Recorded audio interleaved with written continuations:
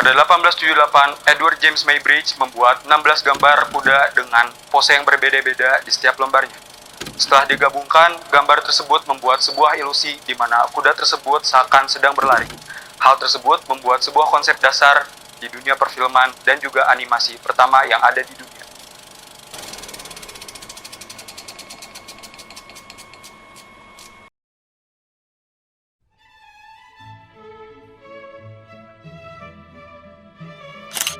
Seorang ilmuwan bernama Thomas Alva Edison mengembangkan fungsi kamera agar dapat merekam benda yang sedang bergerak.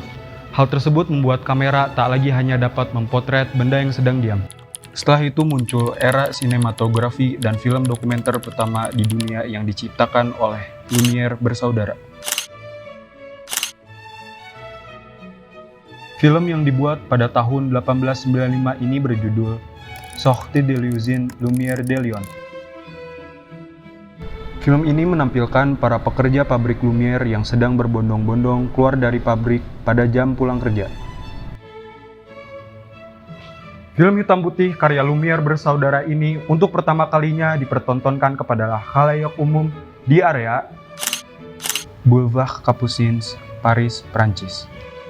Dikarenakan belum ada perangkat yang dapat menghubungkan antara film dan juga suara, saat ditampilkan film ini diiringi oleh musik orkestra layaknya film Tom and Jerry.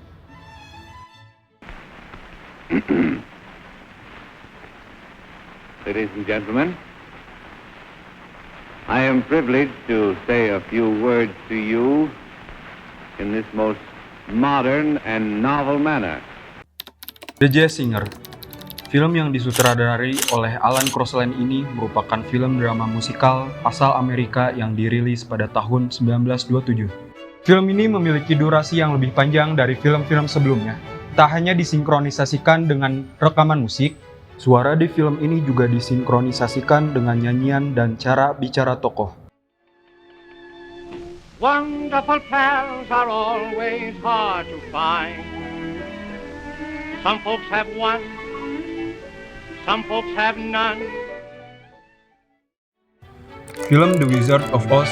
Film ini merupakan film pertama yang menggunakan warna yang diproduksi oleh Hollywood, disutradarai oleh Victor Fleming pada tahun 1939. Pada awal film masih menggunakan teknik warna hitam putih. Lalu saat masuk ke pertengahan saat Dorothy berpetualang ke tempat baru, film langsung berubah warna.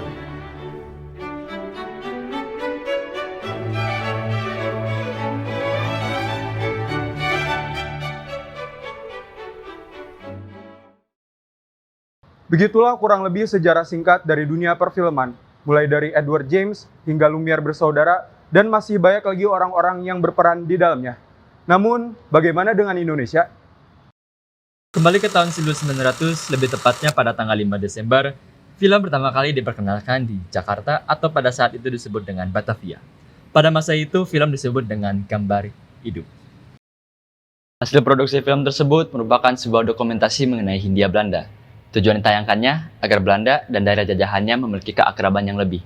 Film tersebut ditayangkan di Tanah Abang, Kebonje. Maju ke tahun 1926, film berjudul Lutung Kasarung hadir.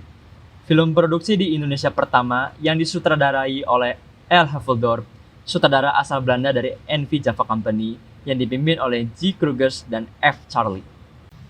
Film tanpa suara atau biasa disebut dengan film bisu tersebut menjadi film pertama yang ditayangkan di Indonesia, lebih tepatnya di Teater Elite and Majestic di Bandung, diikuti oleh Wong bersaudara. Semua film pada tahun 1920-an merupakan film bisu semua.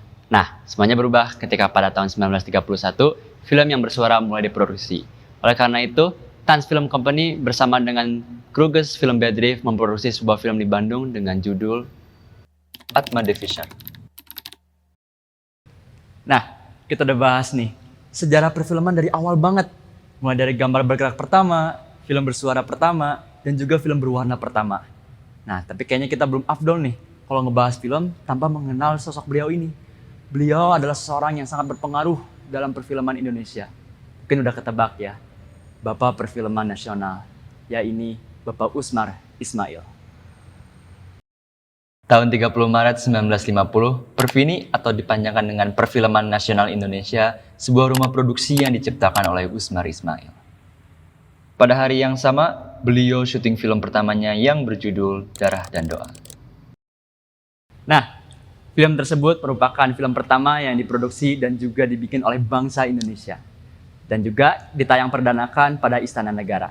Setelah diskusi yang panjang, pada tanggal ini, pada tanggal 30 Maret, tetapkan juga sebagai Hari Film Nasional. Oleh karena itu, selamat Hari Film Nasional Indonesia. Semoga industri perfilman kita akan terus maju dan juga sukses.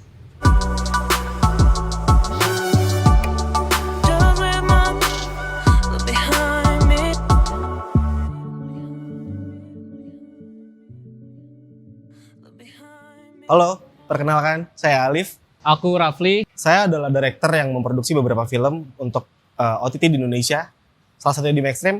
Di sini aku sebagai penulis naskah. Aku pernah menjadi penulis naskah film berjudul Who, film yang mendapatkan juara kedua, film festival yang diadakan oleh sekolah saya. Beberapa karya saya bisa disaksikan di Maxstream dengan judul Son of the Lake, Samudra Loka, dan Somersault. Selain film pun saya memproduksi beberapa video seperti musik video, salah satu Rocket Rockers, dan beberapa lainnya. Di web series pun saya memproduksi untuk beberapa film. Menurut saya, perfilman Indonesia sudah cukup bagus karena beberapa film di Indonesia pun ada yang masuk ke dalam film festival internasional dan beberapa di antaranya pun ada yang mendapatkan penghargaan. Dunia perfilman Indonesia udah keren. Banyak sineas-sineas Indonesia yang menurut saya berpotensi untuk menjadi sineas-sineas mendunia ya. Karena banyak aspek yang bisa diperhitungkan untuk menjadi salah satu sineas, salah satu director. Wannabe director nggak cuma lu bisa tahu kamera doang, lu nggak bisa cuman cukup tahu gimana caranya bikin skrip. Tapi at other side buat bikin film itu lu perlu jiwa leadership untuk mimpin ratusan kru di belakang kalian. Tapi industri film Indonesia udah cukup berkembang saat ini karena banyaknya banget festival film di luar pun yang udah bisa approve film-film kita dan OTT film Indonesia yang memang bisa menjalankan bagaimana mestinya film-film Indonesia diapresiasi. Harapan untuk industri perfilman Indonesia, semoga perfilman Indonesia dan para filmmakers di Indonesia mampu lebih maju lagi dan semoga sukses. Harapannya mungkin lebih banyak lagi sineas-sineas yang bisa ikut bergelut di industri film Indonesia. Banyak banget industri film Indonesia masih sangat terbuka untuk sineas-sineas baru di Indonesia yang untuk berkarya sekaligus bekerja juga dan membuat karya-karya baru, yang lebih bagus dan lebih banyak lagi mungkin di Indonesia. Terutama bukan untuk film panjang aja ya, banyak banget film-film pendek Indonesia yang bisa berpotensi buat masuk ke kancah festival lokal ataupun internasional.